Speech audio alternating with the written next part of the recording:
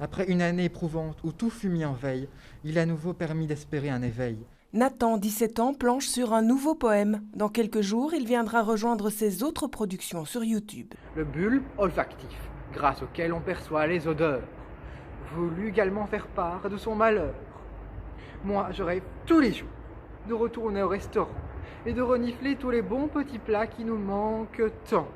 Sa source d'inspiration, la crise sanitaire. Son idée, s'inspirer des fables de La Fontaine. Je me suis dit, pourquoi pas finalement remplacer les animaux par des cellules ou par des bactéries. On avait eu la chance de parler au cours de biologie de l'ARN messager et donc c'était une partie de la biologie que je connaissais assez bien. Les cellules du tympan prirent en premier la parole.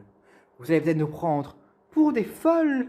Nous avons entendu quelque part que ce vaccin modifierait notre propre ADN. Des vidéos qui ont vite fait le tour de l'école. La préfète est sa première fan. L'idée de promouvoir le vaccin, qui est une responsabilité individuelle, mais aussi évidemment une responsabilité collective, je dirais presque un devoir sociétal, eh bien j'ai vraiment encouragé Nathan à essayer de diffuser cette petite capsule. Et le jeune scientifique poète ne rate aucune occasion de s'informer. L'annonce du feu vert du Conseil supérieur de la santé à la vaccination des 16-17 ans avec Pfizer tombe à pic. Effectivement, vacciner les jeunes, oui, c'est une bonne idée. Ça va permettre une reprise d'activité peut-être même plus rapide. C'est donc en vers plutôt qu'en prose que Nathan s'impose avec ses fables de la quarantaine.